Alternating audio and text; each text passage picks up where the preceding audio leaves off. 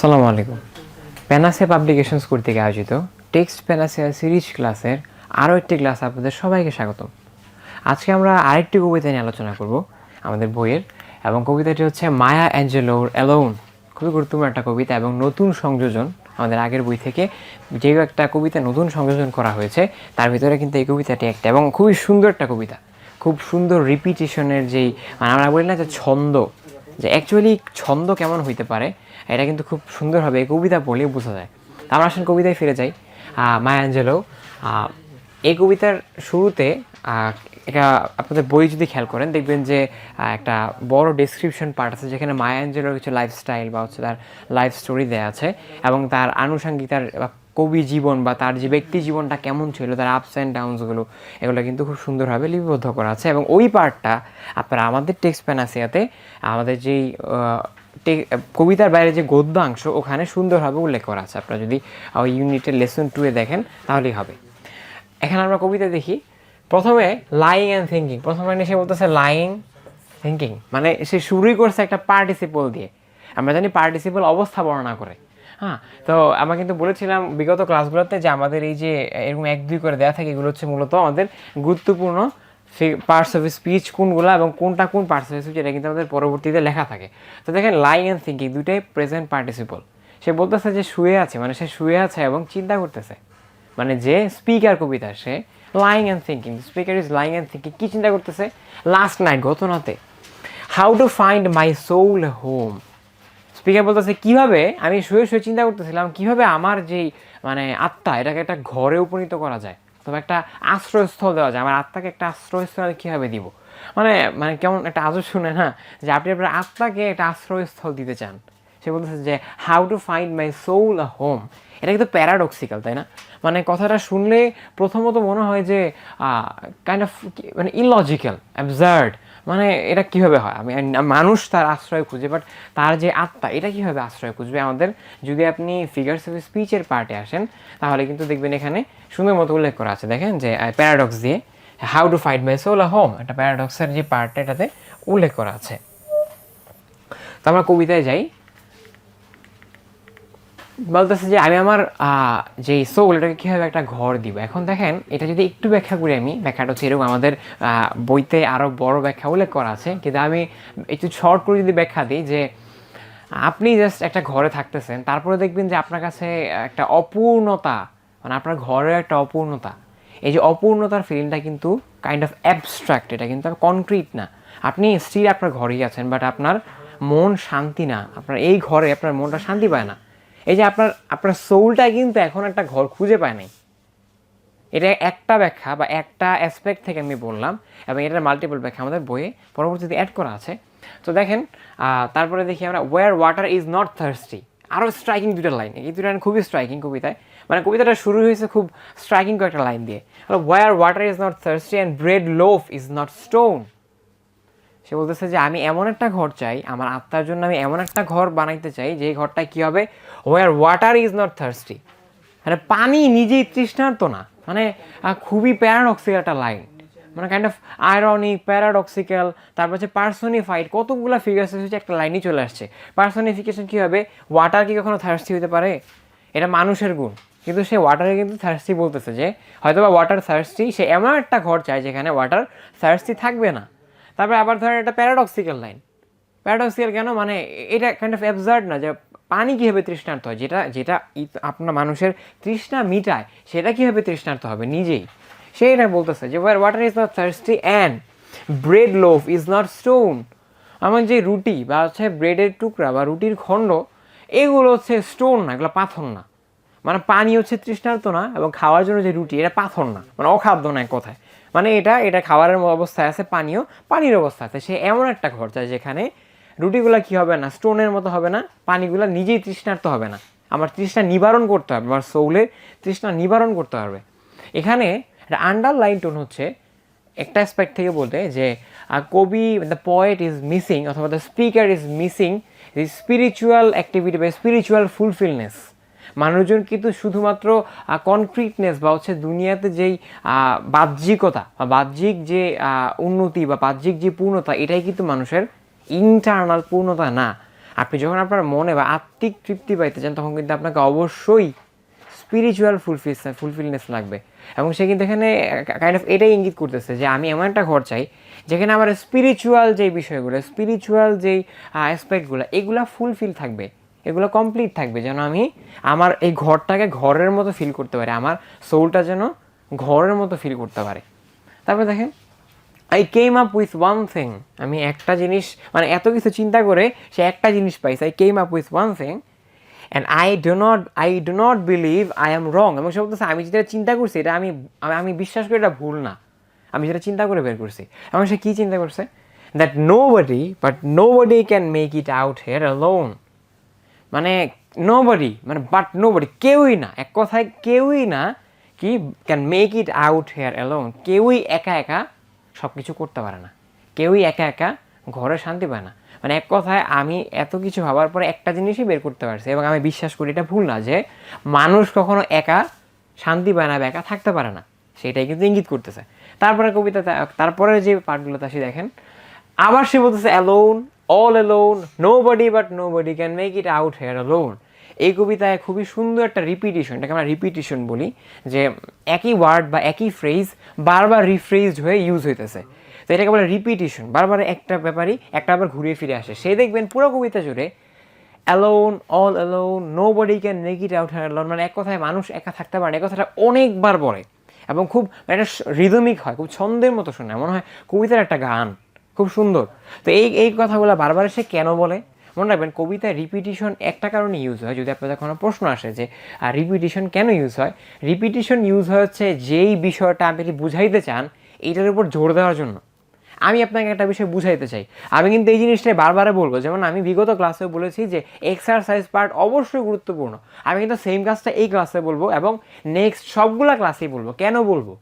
কারণ exercise part থেকে maximum সময় প্রশ্ন আসার সম্ভাবনা বেশি থাকে, এবং এই যে আমি রিপিট করতেছি বারবার, এটা কিন্তু একমাত্র একটা কারণেই যে এটার গুরুত্ব বোঝানোর জন্য। এবং সেও কিন্তু সেম কাজটাই করছে, সে বারবারই nobody can make it out hair alone, হ্যাঁ, কেউ একা থাকতে পারে না, অল অ্যালোন, কেউই কিছু করতে পারে না, অল অ্যালোন, কেউ স্পিরিচুয়াল ফুলফিলমেন্টও পায় না, এক কথায় কোনো ফুলফিলমেন্টই হয় না। এটা কিন্তু সে গুরুত্বারোপ করে বারবারে, গুরুত্বের সহকারে আপনাদেরকে জানিয়ে দেয়। আবার সে বলতেছে alone, all alone, nobody can make it out alone, যে কেউই একা একা কোনো কিছু করতে পারে না। With money they cannot use, there are some millionaires. লাইনটা ছিল এরকম যে দেয়ার are some মিলিয়নার্স they who cannot use দেয়ার মানি, কিন্তু সে কাইন্ড অফ বলতে পারেন যে পয়েটিক স্টাইলে বলছে যে with money they cannot use, there are some millionaires, যে কিছু মিলিয়নার আছে যারা তাদের যে টাকা পয়সাটা কোনো ব্যবহারই করতে পারে না, কোনো কাজে ইউজ করতে পারে না। এখন দেখেন, কাজে কি ইউজ করতে পারে না? মিলিয়নাররা অবশ্যই কাজ ইউজ করতে পারে। সে একটা গাড়ি কিনলো খুব ফ্যান্সি, সে অনেক বড় একটা ব্যবসা দাঁড় করলো, বাট সে স্টিল বলতেছে কি করতে পারে না, যে with money they cannot use, there are some millionaires, তার টাকা থাকা সত্ত্বেও তারা এগুলো ইউজ করতে পারে না। এবং কেন ইউজ করতে পারে না, কি ইউজ করতে পারে না, সামনে আসলে আপনারা দেখবেন। দেয়ার ওয়াইভস রান রাউন্ড লাইক বানশিজ।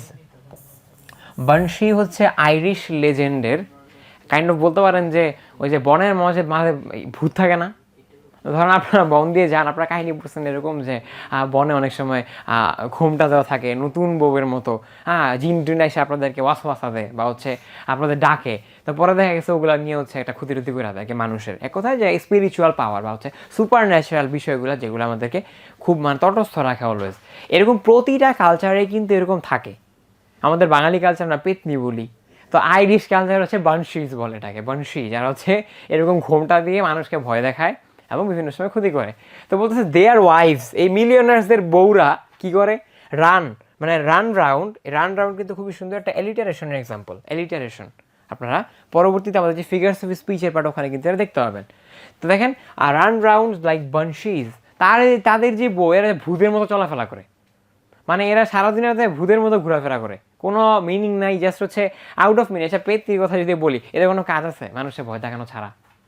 আর আলটিমেটলি কোনো কাজই নেই।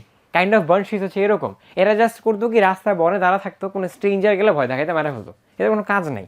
তবে মানে কোনো রকম মানে অ্যাকচুয়াল ইম্পর্টেন্ট কোনো মিনিংফুল কাজ ছাড়াই তারা হচ্ছে তাদের যে ওয়াইফস, এরা দৌড়দৌড়ি করে, রান রাউন্ড লাইক বনশি, সারা দুনিয়ায় ঘুরে বেড়ায়, ওইটা লাগবে এটা লাগবে, ফ্যান্সি এটা দরকার ওটা দরকার, but actually it is not important. তারপর দেখেন, the children Singh the blues, মানে দ্য ব্লু সংস মানে কি? ব্লু মানে কি? Singh the blue. ব্লু মানে হচ্ছে বিষাদ, বেদনা, বেদনার যে গান বা হচ্ছে অপূর্ণতা, অপ্রাপ্তির যে গান। তাদের যে সন্তানরা, এই সন্তানরা ম্যাক্সিমাম ক্ষেত্রেই হতাশায় থাকে এক কথায়, অপূর্ণতা নিয়ে অনেক বেশি কথা বলে। আমার কোনো মানে তারা দেখবেন একটা কথা বলে, আমার কি যেন নাই, এ কথাটা বলে প্রায়, খেয়াল করবেন কিনা, যে অনেকে এটা বলে যে মানে আমার কাছে মনে হয় আমি শান্তি পাই না, আমার কি যেন একটা অপূর্ণ লাগে, কি যেন একটা নাই আমার, এই যে কি যেন একটা নাই, এইটাই কিন্তু কি ফিল করায় আপনাকে? একটা হোমলেসনেস ফিল করায়, যে মানে আমি আসলে আমার শান্তি পাওয়ার মতো কোনো আশ্রয় পেতেছি না। এবং সে কিন্তু এটাই বলতেছে যে আমি ওই আশ্রয় খুঁজে দিতে চাই আমার সোলকে। এবং তারপরেও এই সোলের সিকোয়েন্সে কী কী আসছে, যে কারা এরকম শান্তি পায় না? With millionaires. এই মিলিয়নাররা, they have got expensive doctors. তারা কি অনেক, মানে তারা এক কথা চিকিৎসার জন্য অনেক টাকা পয়সা খরচ করে, তাদের জন্য অনেক কিছু আছে, অনেক দামি দামি, বা হচ্ছে যারা হচ্ছে সাধারণ মানুষের জন্য অ্যাক্সেসিবল না ওই রকম ডাক্তার, এক্সপেন্সিভ ডাক্তার, তাদেরকেও তারা অ্যাক্সেস করতে পারে। To cure their heart of stone, খুবই আইরনিক বলতেছে যে তাদের মানে তাদের যে পাথর হৃদয়, মানে পাথর সম হৃদয়, পাথরে রূপান্তরিত হওয়ার হৃদয়, এই হৃদয়কে সারিয়ে তোলার জন্য তারা অনেক বড় বড় এক্সপেন্সিভ ডক্টর হায়ার করে। কিন্তু তারা আদৌ কোনো কালেই কি পসিবল, তারা পারবে এটা করতে? কোনো কালেই সম্ভব না। যেই হৃদয়টা একবার পাথরে টার্ন হয়ে গেছে বা পাথরের রূপ নিছে, তার মানে কি? মানে কি দ্বারা আমি যদি রিলিজিয়াস পার্সপেক্টিভ থেকে চিন্তা করি, যে আমরা একটা বিষয় জানি যে কোরআনে একটা আয়াত আছে এরকম, যে খতামাল্লাহু আলা কুলুবিহিম, তাদের হৃদয়কে সিলগালা করে দিছে আল্লাহ। কিছু মানুষের হৃদয়কে সিলগালা করে দেয়, মোহরাঙ্কিত করে দেয়, যারা আসলে সত্য অসত্য এটার পার্থক্য করতে পারে না। এক কথায় তারা দুনিয়াতে কোনটা ভালো কোনটা খারাপ এটার পার্থক্য করতে পারে না। এবং ওই মানুষগুলোই দেখবেন দিন শেষে একটা কথা বলে, যে আমি শান্তি পাই না, আমার কাছে কী যেন একটা মিসিং মনে হয়। কেন মিসিং মনে হয়? কারণ তাদের ওই মোহরটার কারণে। তাদের কিন্তু স্পিরিচুয়াল ফুলফিলমেন্ট নাই। আপনি যত কথাই বলেন, স্পিরিচুয়ালিটি নেই এক কথায়, যে একটা মানে হায়ার বিং বা হচ্ছে স্রষ্টার সাথে আপনার যে সম্পর্ক, এই সম্পর্কের জায়গায় আপনি একদমই জিরো নাই, বাট আপনি জাস্ট দুনিয়ার কনক্রিটনেসের জন্য দৌড়দৌড়ি করতেছেন। এবং এইটা ফুলফিলমেন্টের জন্যই কিন্তু কবি বলছে যে war water is not thirsty and bread loaf is not stone. আমি এমন আশ্রয় চাই না যে আশ্রয়টাকে নিরাশ্রয়ের মতো মনে হয়। যেই বিষয়গুলোর জন্য বেঁচে থাকবো, যেগুলোর উপর ভিত্তি করে, ওগুলো কি আমার কাছে মনে হয় নির্জীব, নিষ্প্রাণ। আমি এরকম আশ্রয় চাই না, আমি এমন আশ্রয় চাই যেখানে সব কিছু ফুলফিলড, আমার সাথে আমার সোর্সটার কানেকশন, আমার সাথে আমার সারা পৃথিবীর কানেকশন, সব কিছু যেন একদম একটা ফুলফিলমেন্টে থাকে, একটা আনন্দঘন অবস্থা থাকে। এবং এটা কিন্তু মিলিয়নার্সের মধ্যে নাই। কেন নাই দেখেন? মিলিয়নার্সটা হয়েছে এই জন্য, আমি গর্বটা সবার কথা বলতেছি না, কিন্তু ম্যাক্সিমাম ক্ষেত্রে যেটা হয় যে মানে অনেক ধন দৌলত আপনার, আপনি জাস্ট চিন্তা করেন আরও কেমনে বাড়াবেন, কি কিনবেন না কিনবেন, আপনার এটা দরকার ওটা দরকার, আপনাদের মানে কাইন্ড অফ মানে দেখানো, আমরা যেটা বলি শোইনেস, মানে দেখায়, জাস্ট দেখায় চলে, এটা দেখাইতে পছন্দ হয় তার, হ্যাঁ রিয়া। তো ব্যাপারটা হচ্ছে এরকম, যে তারা আসলে তাদের অ্যাকচুয়াল কোনো মিনিং নেই এটা কেন করতেছে। আপনি যদি জিজ্ঞেস করেন কেন এটা কিনেন, এমনি জাস্ট ফ্যান্সি। তো এই যে ফ্যান্সির জন্য যে কিনেন, আপনার সাথে কি আপনার এই ফ্যান্সিটাই সম্পর্কিত, বাট আপনার সাথে যে স্রষ্টার কানেকশন বা আপনার স্পিরিচুয়ালিটি, আপনার আত্মিক উন্নতি হয়েছে, আপনি জাস্ট শারীরিক উন্নতি বা বাহ্যিক উন্নতিতেই ব্যস্ত। এই জন্য কিন্তু তাদের হৃদয়টা কী হয়েছে, হার্ট অফ স্টোনে রূপান্তরিত হয়েছে, হার্ট অফ স্টোনে। এবং এটাই কিন্তু সেখানে বলতেছে কি, যে তারা হার্ট অফ স্টোন সারানোর জন্য কি করে, আবার আমার মনে শান্তি নেই, বলে কী যেন একটা নাই। এইটার জন্য সে সিঙ্গাপুর চলে যায়, ইউরোপ চলে যায়, আমেরিকা চলে যায়। কিন্তু মানে এইটা কি আসলে এই বাহ্যিক ডাক্তার বা হচ্ছে যারা হচ্ছে আপনার শারীরবৃত্তীয় যে রোগ এগুলো সারানোর জন্য, তারা কি আদৌ এই হৃদয়টাকে কি পরিপূর্ণ করতে পারবে, ফুলফিল করতে পারবে, যে হৃদয়টা অলরেডি পাথরের রূপ নিয়েছে?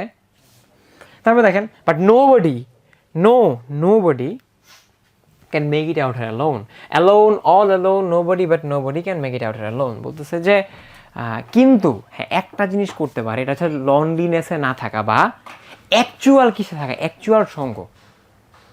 মানুষ কিন্তু অ্যাকচুয়ালি, আপনি ধরেন যে দেখেন, সে ওখানে গত স্ট্যান্সাতে বলেছে দেয়ার ওয়াইভস রান রাউন্ড লাইক বানশিজ, মানে তাদের যে ওয়াইফ যার সাথে তার থাকার কথা ছিল, কিন্তু সে সারা দুনিয়া ঘুরে বানশির মতো, ভূতের মতো।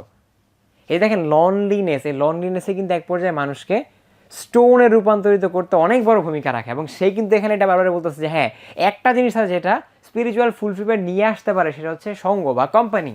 কারণ মানুষ nobody can make it out alone, কেউ এই যে বিষয়টা, এই যে স্টোননেস, এটা থেকে বেরোয় কেউ আসতে পারে না কি ছাড়া, মানে লনলিনেস সহ বের হয়ে আসতে পারে না, শুধুমাত্র সঙ্গই তাকে কোম্পানি তাকে বের করে নিয়ে আসতে পারে।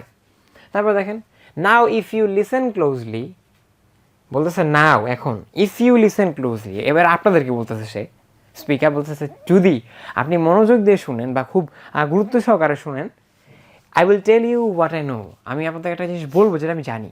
কি জানে সে? স্টর্ম ক্লাউডস আর গ্যাদারিং, বলতেছে যে স্টর্ম ক্লাউডস, ঝড়ো মেঘ, কালো মেঘ আর গ্যাদারিং, পুঞ্জীভূত হচ্ছে, মেঘ ঘন হয়ে আসছে। তো মানে যে বৃষ্টি আসবে বা তুফান আসবে, এরকম কালো মেঘ কালবৈশাখীর সময় যেরকম আকাশে জমতে থাকে মেঘ, ঝড় শুরু হওয়ার আগে একটা ভয়াবহ পরিস্থিতি, এরকম মেঘ জমা হচ্ছে। Storm clouds are gathering, the wind is gonna blow, এখন একটু পরে কি আসবে? দমকা হাওয়া শুরু হবে, ঝড়ো হাওয়া শুরু হবে। The wind is gonna blow, মানে ব্লো মানে এবার উড়িয়ে নিয়ে যাওয়া, এমন বাতাস শুরু হবে। The race of man is suffering, race of man মানব জাতি মানে ভুগছে, ধুকছে। কেন? And I can hear the moan, মানে তারা যে তাদের যে রোনাজারি বা আহাজারি, হ্যাঁ, তাদের যে দুঃখ, এটা আমি শুনতে পাই। হ্যাঁ, আকাশে দেখেন কেমন মানে কাইন্ড অফ বলতে পারেন দুইটা কন্ট্রাস্টিং এটা না। হুট করে সে বলতেছিল যে আকাশে মেঘ জমতেছে, একটু পরে তুফান শুরু হবে। আমার হুট করে বলতেছে যে মানব জাতিতে খুব বিপদে আছে, আমি তাদের যে দুঃখ বা তাদের যে আহাজারি এটা শুনতে পাই। এখন এই উপরে যে স্টর্ম ক্লাউডস আর যে ওয়াইন্ড, এগুলো কিন্তু এই দুইটার সাথেই কানেক্টেড এবং মেটাফরিক্যালি কানেক্টেড। মেটাফরিক্যালি কেন? দেখেন এই স্টর্ম ক্লাউড কিন্তু খুব ভালো জিনিসের সিম্বল না। তুফান বা হচ্ছে ঝড়, এটা কি আপনার কাছে খুব মানে জয়ের সিম্বল, আনন্দ? তুফান আসবে আপনি আনন্দ করেন, ব্যাপারটা কীরকম? এরকম না, তুফান কিন্তু ভয়ের সিম্বল বা হচ্ছে ত্রাস, খুব মানে খারাপ একটা কিছু হইতে যেতেছে, এটা সিম্বল। তো বলতেছে যে মানুষের জীবনে আস্তে আস্তে কী হইতেছে বর্তমান দুনিয়াতে, এই যে বিষয়গুলো মানে নেগেটিভিটি আস্তে আস্তে ঘন হয়ে আসতেছে এবং হয়তো বা একটু পরে মানুষটা কমপ্লিটলি নেগেটিভে রূপান্তরিত হবে। কমপ্লিটলি সে নেগেটিভিটিতে মানে তাকে গ্রাস করে ফেলবে নেগেটিভিটি। এবং এইটার কারণে আমি তাদের যে একটা দুঃখ বা হাজারি, এটা কিন্তু আমি কানে শুনতে পাই এবং আমি শুনতে পাচ্ছি এটা। আই ক্যান হিয়ার দ্য মন cause no body can make it out alone. কেন শুনতে পাই? কারণ মানুষজন এখন অনেক বেশি লনলি, অনেক বেশি হোমলেস। কোন হোমলেস? Spiritual homeless. দেখেন আপনারা যদি এই nobody but nobody can make it out alone, যদি এখানে যদি আপনি কোম্পানির কথা বলেন, এই কোম্পানি কিন্তু ফ্রম ওয়ান অ্যাসপেক্ট এটাকে কিন্তু আপনার স্রষ্টার সাথে আপনার যে কোম্পানি, এটাকেও ইঙ্গিত করা হয় যে যেহেতু সেই স্পিরিচুয়াল ল্যাকের মানে যে স্পিরিচুয়াল ল্যাক তার ভিতরে আছে, এইটা ফুলফিল করার জন্য কিন্তু তার স্রষ্টার কোম্পানি দরকার, তার সাথে স্রষ্টার সম্পর্ক আরও উন্নত করা দরকার। এবং এই জন্য কিন্তু সে বলতেছে যে nobody can make it out alone. এবং অবশ্যই এখানে আবারও বারবার একটা কথা ঘুরে ফিরে উল্লেখ করতেছে যে ওই যে সিংস দ্য ব্লু, যে মানুষজন কিন্তু সিংস দ্য ব্লু এর মধ্যেই আছে। তার যে দুঃখ, তার যে নেগেটিভ ইমপ্রেশন বা নেগেটিভ ইমোশন, এগুলা কিন্তু সে প্রকাশ করায় সদা ব্যস্ত। কিন্তু এইটা থেকে বের হয়ে এসে সে কীভাবে একটা পারফেক্ট হোম পাবে তার সোলের জন্য? কারণ সে অ্যালোন, তার সাথে তার হৃদয়ে তার স্রষ্টার কোনো অবস্থান নেই, তার স্রষ্টার সাথে তাদের কোনো সহাবস্থান নেই, তার স্রষ্টার কোম্পানি নেই। এই জন্য কিন্তু সে অনেক বেশি লনলি ফিল করে। এবং এইটা থেকে উত্তরণের জন্য সে একটা কথাই বলে যে লনলিনেস কিন্তু অবশ্যই আপনাকে ওই দিকেই নিয়ে যাবে বারবারে। এই যে স্পিরিচুয়াল লনলিনেস, এটা কিন্তু আপনাকে বারবারে ওই দিকেই নিয়ে যাবে। আপনাকে যে হোমলেসনেস, আপনি এই আপনার হৃদয়টা হচ্ছে স্টোন রূপান্তরিত হতে হবে, হার্টস অফ স্টোন। এবং হচ্ছে আপনার যে ওয়াইফ হচ্ছে এরকম বংশীর মতো দৌড় দৌড়, আপনার সাথে কোনো মিল থাকবে না। এবং আপনার যে চিলড্রেন, এটা হচ্ছে সারা জীবন হতাশার গানই গাবে। যদি এরকম আপনার ভিতরে যদি স্পিরিচুয়াল লনলিনেস থাকে। আবারও সে বলতেছে alone, all alone, nobody but nobody can make it out alone. এবং কবিতা কিন্তু মোটামুটি এখানেই শেষ হয়, যে সে একদম শেষ করছে আবার সেই তিনটা লাইন দিয়ে যে alone, all alone, nobody but nobody can make it out alone.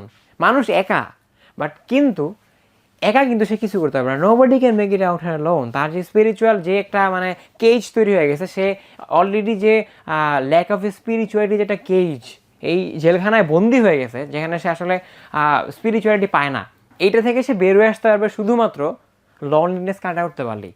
তার স্পিরিচুয়াল লনলিনেস কাটা উঠতে পারলে কিন্তু সে nobody can make it out alone, একা না। যদি সে কোম্পানি পায়, সে স্পিরিচুয়াল কোম্পানি পায়, তাহলে কিন্তু সে অবশ্যই বের হয়ে আসতে পারবে। এবং এই কবিতায় স্পিরিচুয়াল লনলিনেসের সাথে সাথে কিন্তু এটাকে একই সাথে যদি ডিনোট করা হয়, তাহলে কিন্তু সে মানে বাহ্যিক যে লনলিনেস, এটাকেও সে সামহাউ ইঙ্গিত করেছে বা করে থাকতে পারে। বাট আমরা যেটা খুব ইম্পর্টেন্টলি খেয়াল করবো সেটা হচ্ছে আপনি যদি বাহ্যিকতা বলেন বা স্পিরিচুয়াল বলেন, মানুষ কিন্তু একা চলতে পারে না, খেয়াল করেন, মানুষ কিন্তু কখনো একা চলতে পারে না। আপনি কখনো সমাজ ছাড়া চলতে পারবেন? সমাজ ছাড়া কখনোই চলা যায় না। তো আপনি মানে এমনিতেও আমরা সমাজ লাগবে, আপনি এমনিতেও একা চলতে পারবেন না। আপনি কোনো সিচুয়েশন থেকে nobody can make it out hair alone, nobody can make it out from any situation alone. মানুষ কিন্তু কোনো সিচুয়েশন থেকে একা বের হয়ে আসতে পারে না। আপনি বিপদে পড়ে আপনার বন্ধুরে কল দেন যে কী করবো, পরামর্শের জন্য। মানুষ কখনো একা কিছু করতে পারে না। এবং এটা যেমন বাহ্যিকতার ক্ষেত্রে গুরুত্বপূর্ণ, এই সেম ওয়েতে এটা কিন্তু স্পিরিচুয়ালিটি বা হচ্ছে আপনার আত্মিকতার ক্ষেত্রেও গুরুত্বপূর্ণ। আপনার আত্মার সাথে কোনো কোম্পানি আছে কিনা? আপনার আত্মা কি অ্যাকচুয়ালি একদম অ্যালোন? আপনার আত্মার সাথে, মানুষের আত্মার সাথে সম্পর্ক বিষয়ে কাজ স্রষ্টার, এইটা যদি এখানে যদি গ্যাপ থাকে, তাহলে আপনি আবার ওই রকম স্পিরিচুয়াল ল্যাক অফ কোম্পানিতে ভুগবেন। এবং আপনারা যে কবি কিন্তু এটাই বারবার বলে যে এইটার ল্যাকের কারণে কী কী বিষয় হইতে পারে। এবং এই যে গুরুত্বপূর্ণ মেটাফোর্সগুলো, প্যারাডক্সগুলো, যে হার্ট অফ স্টোন, দেখেন আমাদের যে ফিগার স্পিচ পার্টি কিন্তু খুব সুন্দরভাবে একদম স্টার দিয়ে উল্লেখ করে হার্ট অফ স্টোন, খুবই গুরুত্বপূর্ণ একটা মেটাফোর, খুবই গুরুত্বপূর্ণ। তো এই যে মেটাফোরগুলা, তারপরে প্যারাডক্সগুলা, এগুলো কিন্তু এসেছে মাত্র একটা কারণেই, এই কারণটাকে সিগনিফাই করার জন্য যে আপনি যদি লনলিনেস কাটাতে চান, অবশ্যই সিমিলারলি আপনাকে যেমন স্পিরিচুয়াল লনলিনেস কাটাতে হবে, আউটার লনলিনেসও কাটাইতে হবে। এবং এটা কিন্তু সে বারবার ডিনোট করে যে মানুষজন কখনোই একা কিছু করতে পারে না, মানুষের অবশ্যই সাবমিশন প্রয়োজন। একটা কথা বলে দিই, মানুষ কখনো সাবমিশন ছাড়া থাকতে পারে না। মানুষকে অবশ্যই অবশ্যই কারো কাছে সাবমিট করতে হবেই, এবং সেটা স্পিরিচুয়ালিটির ক্ষেত্রে আত্মার মানে স্রষ্টার কাছে, অবশ্যই অবশ্যই স্রষ্টার কাছে। এবং এই সাবমিশনটা কিন্তু খুবই ইম্পর্টেন্ট, যেটা আপনাকে স্পিরিচুয়াল মেন্টাল পিস দিতে অনেক বেশি ভূমিকা রাখবে। তারপরে আসেন আমাদের কবিতার থিমটা দেখে নিই আমরা। কবিতার theme of the poem is about the absurdity of loneliness. লনলিনেসের যে মানে ফিউটিলিটি, মানে হাস্যকর অবস্থা, অথবা হচ্ছে মানে অযৌক্তিকতা কোথায়। আপনি অনেক মানুষ দেখেন বলে আমি অ্যালোন একা, আমি লন নিয়ে একা। হ্যাঁ, সে মানে সিগমা মেইল সাজতে চায়। এটা কিন্তু সবসময় খুব ভালো কাজ করে না, মনে রাখবেন। হ্যাঁ, যে আপনি অলরেডি সিগমা হইতে চান, এটা কিন্তু খুব ভালো উদাহরণ না। আপনারা সিগমা ওয়ার্ডটাকে এখন মিস ইন্টারপ্রেট করেন নাকি কাইন্ড অফ। কিন্তু মানুষ কিন্তু কখনোই লনলি চলতে পারে না, কখনোই লনলি চলতে পারে না। এখন এটাই কিন্তু অ্যাবসার্ডিটি অফ লনলিনেস, যে লনলিনেসের যে একটা মানে অসারতা, এটাই কিন্তু কবিতাটা বারবারে বলে। কেন বলে? যে রিপিট করছে, nobody can make it out here alone, এটা বলে। The materialistic world is devoid of spiritual serenity. বাহ্যিক বা হচ্ছে এই ম্যাটেরিয়াল দুনিয়া, এইটা কিন্তু ডিভয়েড অফ স্পিরিচুয়াল সেরেনিটি। এই ম্যাটেরিয়াল দুনিয়ায় মানে স্পিরিচুয়াল বা হচ্ছে আধ্যাত্মিক কোনো প্রশান্তি নাই, আত্মিক কোনো প্রশান্তি নাই, শুধু খালি নিড অ্যান্ড নিড, খালি অভাব আর অভাব। কিন্তু কিসের অভাব সেটাই জানে না। সে অভাবের পিছনে ছুটতে ছুটতে কবরে পৌঁছা যায়, কিন্তু সে কিসের অভাবে ছিল সেটাই জানে না। তারপরে দেখেন, despite having profuse wealth and enough facilities one can survive physically. মিলিয়নার্সদের কি কোনো লাইফে ঘাটতি আছে বলেন, কমতি আছে? যে আপনি মানে যে ফ্যান্সি কারের স্বপ্ন দেখেন সেটাতে আরামে ঘোরাফেরা করে, সবই আছে এক কথায়। কিন্তু তারপরও সে ওয়ান ক্যান সার্ভাইভ ফিজিক্যালি, সে বাহ্যিকভাবে বেঁচে থাকলেও বাট নট স্পিরিচুয়ালি কিন্তু সে আসলে বেঁচে নাই। আমরা বলি না, হৃদয়ে মরে যায়, হৃদয় স্টোনের রূপ নেয়, তার হৃদয়টা কিন্তু স্পিরিচুয়ালি মানুষের ভেতরে নাই। সে কিন্তু ঠিকই ওই হার্ট অফ স্টোনে রূপান্তরিত হয়েছে। ইফ ওয়ান ইজ অ্যালোন, কেউ যদি একা থাকে, এবং একাটা মেটাফরিক্যালি স্পিরিচুয়াল, আবার বাহ্যিক ম্যাটেরিয়াল, যেটাই হোক। Human beings must require others help and companion. Humanity needs to B United two be successful in their life. আপনি যে কোনো বিষয়ে সাকসেসফুল হতে চান, আপনি যদি আপনার বলা যায় যে আধ্যাত্মিকতা সাকসেসফুল হতে চান, অবশ্যই আপনার লনলিনেস কাটা স্রষ্টার সাথে সম্পর্ক বানানো লাগবে। আপনি যদি দুনিয়াতে কোনো কিছু সাকসেসফুল হতে চান, অবশ্যই আপনার কী লাগবে? কোম্পানি লাগবেই। আপনি যে কোনো অ্যাসপেক্টেই আপনার কোম্পানি ছাড়া বা আপনি লনলিনেস থেকে কখনো এক কথা উত্তীর্ণ হতে পারবেন না। এবং কবি এটাই খুব গুরুত্বের সহকারে রিপিটেটিভলি বলে যায় পুরো কবিতায়। তারপরে আমাদের যে কবিতার সামারিটা হচ্ছে কবিতাটা কীভাবে হয়েছে, কবিতাটা কীভাবে ডেভেলপ হয়েছে, কবিতার আসলে কীভাবে তার ফ্লোটা, যেমন Maya Angelou emphasise this theme using nobody and alone repeatedly. Repeatedly সে থিমটা অ্যাপ্লাই করে, যে রিপিটেডলি সে অ্যালোন, নোবডি এই ওয়ার্ডগুলো ইউজ করে করে মানুষকে হচ্ছে she is in search of spiritual or maybe physical shelter, দুইটাই। দেখেন আমি বলছিলাম না, যেখানে শুধু স্পিরিচুয়ালিটি না ফিজিক্যালিটিও আসবে, এবং আমরা মোস্ট ইম্পর্টেন্টলি স্পিরিচুয়ালিটিটাকে মাথায় রাখবো, স্পিরিচুয়ালিটিটাকে। এভাবে হচ্ছে মোটামুটি পুরাটা যদি আপনারা পড়েন, দেখবেন যে এই কবিতাটা কীভাবে ডেভেলপ হয়েছে এটা কিন্তু খুব সুন্দরভাবে লেখা আছে। এবং কবিতার সবথেকে গুরুত্বপূর্ণ যে পয়েন্টগুলো, ফিগার্স অফ স্পিচ এখানে খুব সুন্দরভাবে একটা বক্স আকারে, মানে এখানে আমরা এভাবে উল্লেখ করেছি, বই আরও সুন্দরভাবে বক্স আকারে কিন্তু সাজানো গোছানোভাবে উল্লেখ করা আছে। আপনারা বইটা খুলে দেখতে পারেন। তারপরে দেখেন কি পয়েন্টসগুলোর কথা গত ক্লাসে বলেছিলাম কেন, যে আমাদের কবিতা থেকে গুরুত্বপূর্ণ কিছু পয়েন্ট থাকে যেখানে থেকে এমসিকিউ হইতে পারে। এই পার্টগুলো আমরা কি পয়েন্ট আকারে দিই, যে এক লাইন বা ওয়ান লাইন কোয়েশ্চেন, যেটা আমরা বলতাম এক কথায় প্রকাশ, এক কথায় প্রকাশের মতো দেই।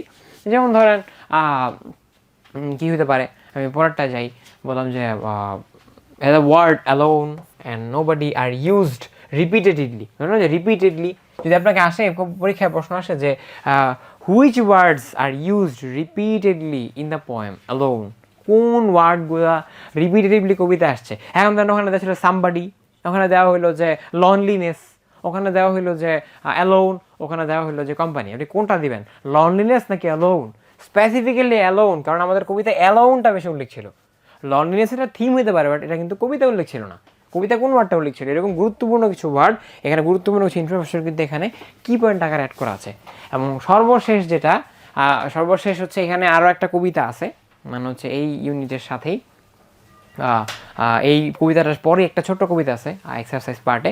ওই কবিতাটায় আপনারা ওইটার পরে যে দুইটা কবিতা মিলিয়ে আমাদের এক্সারসাইজ পার্ট দেওয়া আছে। আমি যেটা বললাম যে আমাদের বিগত ক্লাসে কিন্তু আমরা দেখিয়ে দিয়েছি যে এক্সারসাইজ পার্টটা কেমন হয়, যে বিষয়গুলো আমাদের বইয়ে উল্লেখ করা থাকে, যেগুলো খুবই important, word making, gap filling, তারপর হচ্ছে context writing, paragraph writing, theme writing, যেগুলো আমাদের বইতে উল্লেখ করা থাকে, এগুলো কিন্তু আমরা খুবই সুন্দর একটি মানে উত্তর সহ সাজানো গোছানো আকারে সেখানে উপস্থাপন করেছি। তো আমাদের আজকে অ্যালোন কবিতা আমরা যা যা বললাম, কবিতার মিনিংটা কেমন হইতে পারে, কবিতা সে কী ডিনোট করেছে, কবিতার কনোটেশনসগুলো কী, কবিতার ফিগার্স অফ স্পিচগুলো এবং হচ্ছে পার্টস অফ স্পিচগুলো, এবং তারপরে কবিতার ইম্পর্টেন্টলি থিম অ্যান্ড কি পয়েন্ট, এগুলো এই নিয়ে ছিল আমাদের কমপ্লিট ক্লাসটা।